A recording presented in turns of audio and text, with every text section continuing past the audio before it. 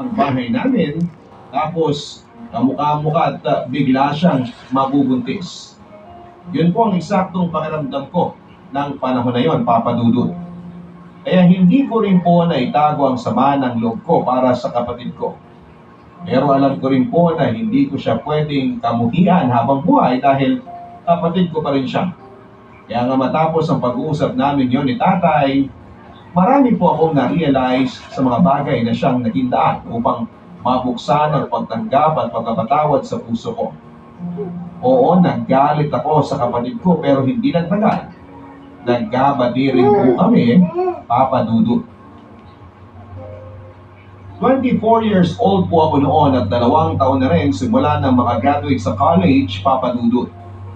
Yung unang taon ko ay ginugol ko sa pagiging volunteer sa isang non-government organization habang rumaraket sa mga project-based na trabaho. Naghintay din po kasi ako noon ng response mula sa mga kumpanyang in-applyan ko na may kinalaman sa kursong tinapos ko. Pero bigo pong dumating ang mga oportunidad kaya napilitan akong pumasok sa corporate world.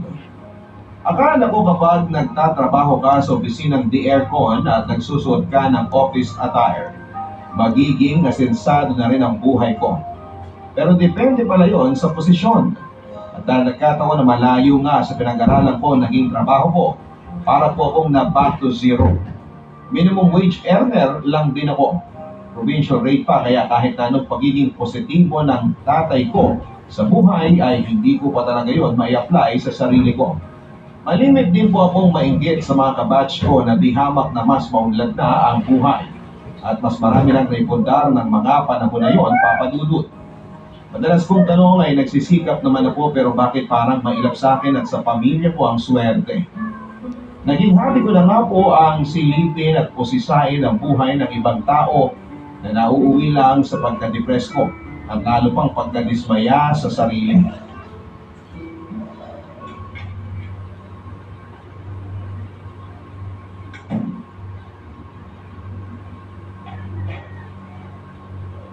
Ano po, Tay?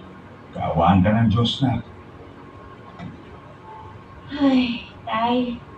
Sumweldo na po pala ako pero baka po kulangin ang maibibigay ko kasi hindi ko na naman nakumpleto yung cut-off eh. Yun po kasi yung nagkasakit ako tsaka umabsent ako ng ilang araw.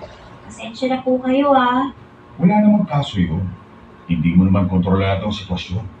O hindi lang po sana ako nagkasakit. Eh di hindi rin ako absent. Buwisi talaga tong katawan na to. Kung kailan dapat maging malakas tsaka manghihina. Anak, ano ba yung pinagsasabi mo? Bakit ganyan mo na lang sisihin ang sarili mo? Eh ano po magagawa ko kung pakiramdam ko kulang na kulang pa rin ang lahat ng effort ko?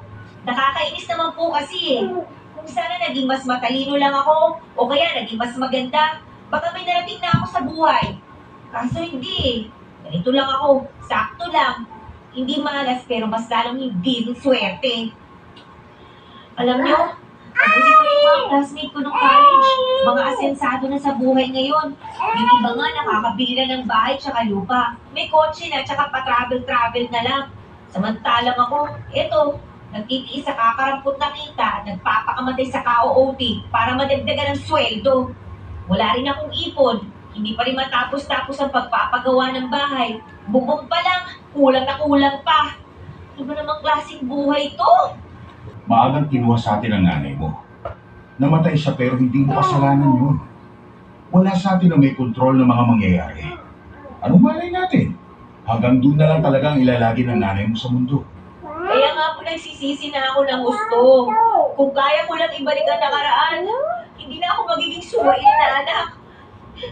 Minsan, tinatanong ko yung sarili ko, galit kaya sa akin si nanay? Hindi galit sa'yo ang nanay mo. Alam ko yun dahil kilala ko siya. Mahal na mahal ka niya. Kayo ng mga kapatid mo. Kaya huwag na huwag mong iisipin ang bagay na yan. Sa katunayan, alam ko rin na sobrang proud siya sa'yo, anak. Kasi kahit wala na siya, nagtapos ka pa rin ng pag-aaral. Tinupad mo pa rin yung kaisa-isa niyang pangarap para sa'yo at sa mga kapatid mo. Kahit na mahirap, inalagaan at binantayan mo pa rin ang pamilya natin. Ikaw na yung nagsilbing nanay sa mga kapatid mo, kahit na bata ka pa lang nun. Carla, hindi ko ito madalas sabihin pero para sa akin, Ikaw yung pinaka-the best kong anak. Tay, baka naman kapag nalaman ng mga kapatid ko na may favoritism ka, baka magtampo ang mga yun. Pantay-pantay ang pagmamahal ko sa inyo. Dami ng nanay nyo. Nagkataon lang na espesyal sa iyo. Kasi, mas mabigat yung responsibilidad at papel na ginagampanan mo para sa pamilya natin. Salamat sa Diyos kasi nagkaroon kami ng anak na kagaya mo. Kaya huwag mo na ulit mamalitin ang sarili mo. Dahil kung susumahin, malayo-layo na rin ang nararating mo natin. Pakatandaan mo, may takdang panahon ng lahat ng bagay sa buhay natin para magkatotoo. Kung naunang mangyari sa iba, hindi mo nangangahulugan na napag-iunan ka na. Naiintindihan mo ba? Opo, Tay. Oo, bakit ka naman umiiyak? May nasabi ba akong hindi mo nagustuhan? Lahat po ng sinabi niyo, nagustuhan ko kaya nga po ako naiiyak eh. Salamat, Tay, ha, sa pagpapaalala sa akin na lumaban at magpatuloy. Lalo kapag ganito na nakakaramdam ako ng lungkot at pagod. Alam niyo, kapag kayo yung nagsasalita, nawawala talaga yung pag-aalala ko. Gumagaan po yung dibdib ko. Ito talagang anak ko, oo. Halika nga, yayakapin ka ng tatay. Ang laki-laki na, iyakin pa rin. Tahan na. Tayo naman eh.